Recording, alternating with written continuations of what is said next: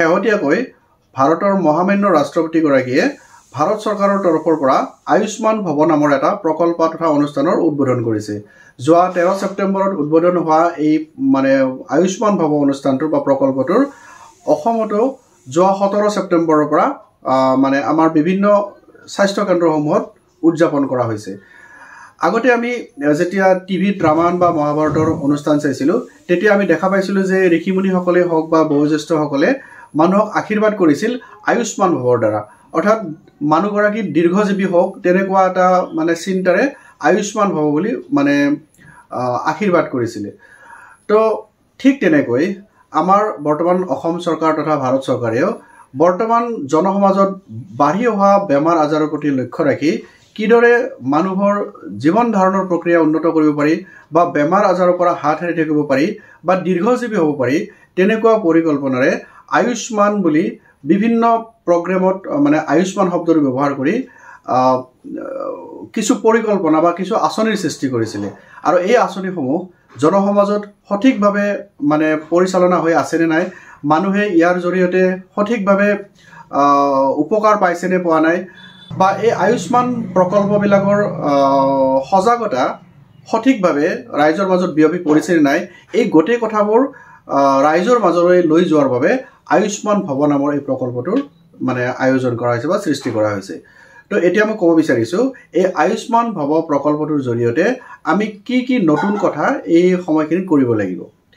আয়ুষ্মান ভৱ প্ৰকল্পটো সঠিকভাৱে চলাই নিয়াৰ কাৰণে 3টা মূল ভাগত ভাগ কৰা হৈছে। আৰু এই মূল ভাগৰ প্ৰথম ভাগটো হৈছে আয়ুষ্মান আপকে দুৱাৰ,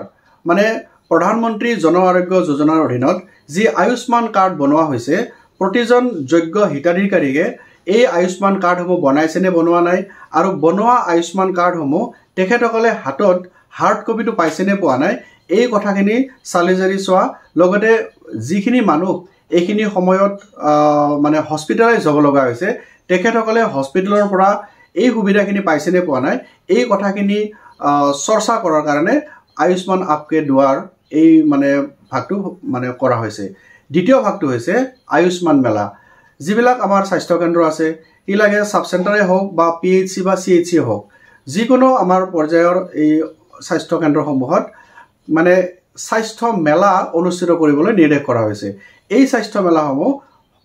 সপ্তাহৰ এটা নিৰ্দিষ্ট দিনত অনুষ্ঠিত কৰিব লাগিব। যিহেতু এই মেলাখন 17 ছেপ্টেম্বৰৰ পৰা অনুষ্ঠিত কৰিবলৈ দিয়া হৈছে, গতিকে অলৰেডি এটা সপ্তাহৰ এখন মেলা অনুষ্ঠিত হৈ গ'ল। আৰু দ্বিতীয় সপ্তাহত যদিও শনিবাৰ আমাক কৰিবলৈ কোৱা হৈছিলে, কিবা কিবি বিশেষ কাৰণত আমাৰ অমৃত বৃক্ষ আন্দোলনে হওক বা এনেকুৱা কিবা কিবি কাৰণত সোমবাৰৰ পৰা অনুষ্ঠিত হৈছে। গতিকে নেক্সট সপ্তাহৰ সোমবাৰে যদি অনুষ্ঠিত কৰা হয় তেনেহ'লে দ্বিতীয়, তৃতীয়, চতুৰ্থ এনেকৈ 4টা সপ্তাহত এই মেলাসমূহ অনুষ্ঠিত হ'ব। আৰু দ্বিতীয় সপ্তাহত পালন কৰিবলগীয়া যিটো থিম আছিলে সেইটো হৈছে TB, লেপ্ৰচি বা আদাৰ কমিউনিকেবল ডিজিজ। ইয়াৰ ওপৰত চৰ্চা হ'ব, স্ক্ৰিনিং হ'ব বা মানুহক সজাগতা বৃদ্ধিৰ কাৰণে সেই মেলাখনত বিভিন্ন কথা কোৱা হ'ব। গতিকে দ্বিতীয় সপ্তাহৰ থিমটো এনেকুৱা। তৃতীয় সপ্তাহৰ যিটো থিম আছিলে সেইটো হৈছে মেটাৰ্নেল এণ্ড চাইল্ড হেল্থ নিউট্ৰিশ্যন, মাতৃ আৰু শিশুৰ পুষ্টিৰ কাৰণে যি আমাৰ কৰণীয় আছে, কিদৰে আমাৰ শিশুসকলক নিউট্ৰিশ্যন বা পুষ্টিকৰ খাদ্য খুৱাব লাগে, কোন ধৰণৰ পুষ্টিকৰ খাদ্য খালে শিশুৰ বৃদ্ধি আৰু বিকাশ ঠিকমতে হ'ব,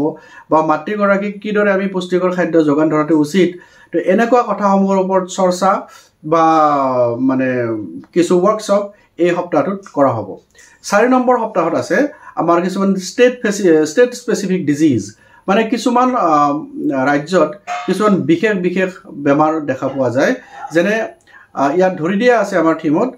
যে যিবিলাক পাহাৰীয়া ঠাই, সেই পাহাৰীয়া ঠাইবিলাকত সঘনাই দেখা পোৱা যায় এটা বেমাৰ হৈছে চিকল চেল ডিজিজ। আৰু যিবিলাক নন ট্ৰাইবেল এৰিয়া আছে বা প্লেইন এৰিয়া আছে তাত চকুৰ যিটো বেমাৰ, চকু পৰীক্ষা। গতিকে চতুৰ্থ সপ্তাহৰ আমাৰ থিমটো হৈছে যিবিলাক ট্ৰাইবেল এৰিয়া আছে সেই ট্ৰাইবেল এৰিয়াবিলাকত চিকল চেল ডিজিজৰ স্ক্ৰিনিং হ'ব, আৰু যিবিলাক নন ট্ৰাইবেল এৰিয়া আছে তাত চকুৰ পৰীক্ষাকৰণ হ'ব।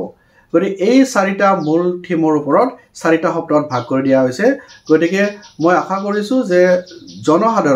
জনসাধাৰণে এই হেল্থ মেলাবিলাকত সদল হ'বলৈ সহযোগ কৰক, আৰু সহযোগ কৰোঁতে এই বিশেষ টপিকৰ ওপৰত যিহেতু আলোচনা কৰা হ'ব, বা আপোনালোকক বিভিন্ন তথ্য বা জ্ঞান দিয়া হ'ব তো আপোনালোকে অনুগ্ৰহ কৰি এই মানে মেলাবিলাকত অংশগ্ৰহণ কৰক আৰু চৰকাৰে দিয়া সুবিধাসমূহ গ্ৰহণ কৰক তৃতীয়টো ভাগ হৈছে আমাৰ আয়ুষ্মান সভা 2 অক্টোবৰ তাৰিখ অৰ্থাৎ গান্ধী জয়ন্তীৰ দিনাখন আমাৰ প্ৰতিখন গ্ৰাম পঞ্চায়ত বা ৱাৰ্ডত মানে একোখনকৈ সভা অনুষ্ঠিত কৰা হ'ব যিখন সভাত আমাৰ চৰকাৰৰ যিবিলাক আঁচনি ৰাইজৰ কাৰণে প্ৰস্তুত কৰা হৈছে এই আঁচনিসমূহ সঠিকভাৱে ৰাইজৰ মাজলৈ গৈ পাইছেনে পোৱা নাই বা আঁচনিসমূহৰ মূল উদ্দেশ্য কি যেনে আয়ুষ্মান কাৰ্ড বিতৰণ আয়ুষ্মান কাৰ্ড কি উদ্দেশ্যত ৰাইজৰ বাবে কৰা হৈছে বা আয়ুষ্মান শব্দটো ব্যৱহাৰ কৰা যিমানখিনি আমাৰ প্ৰকল্প আছে বা লগতে আমাৰ এটা স্বাস্থ্য কেন্দ্ৰত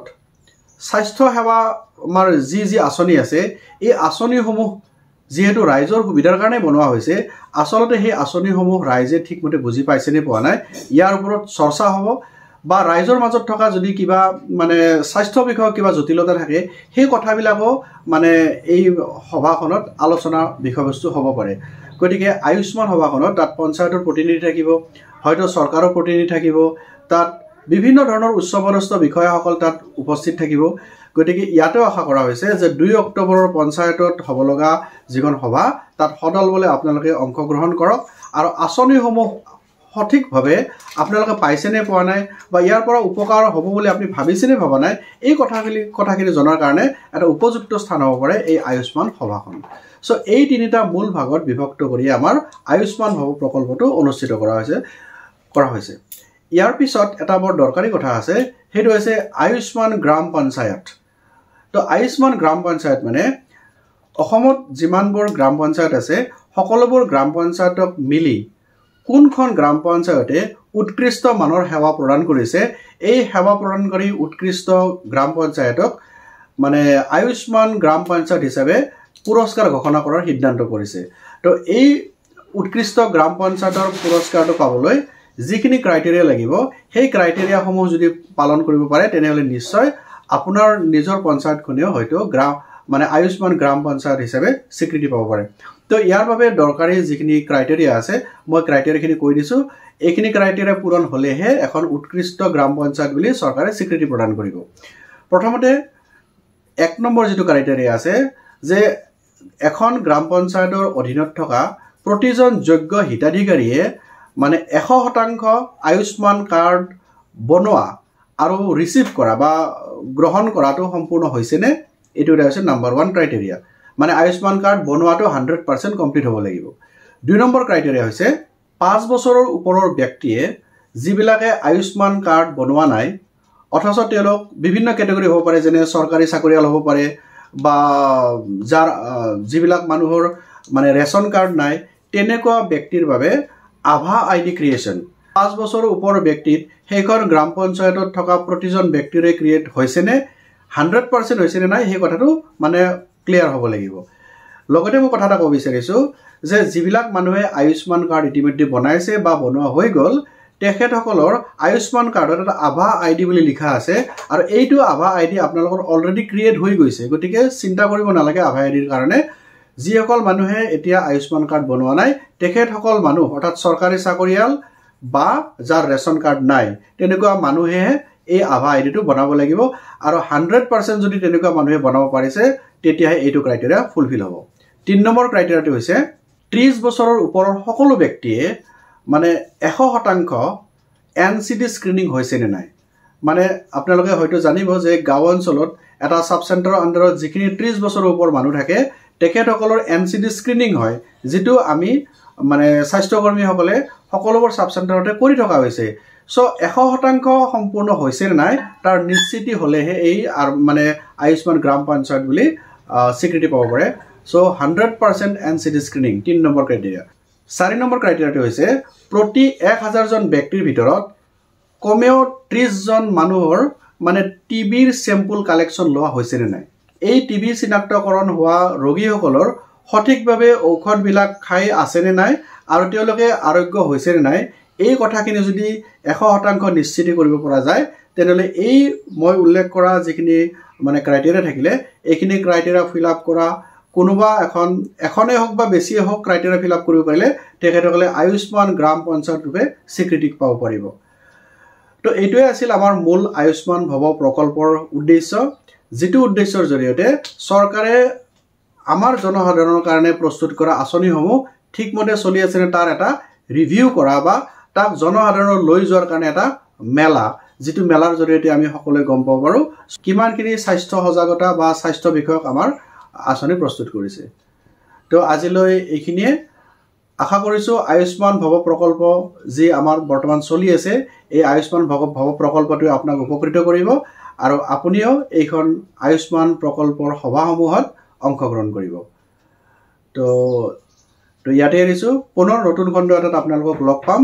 ধন্যবাদ।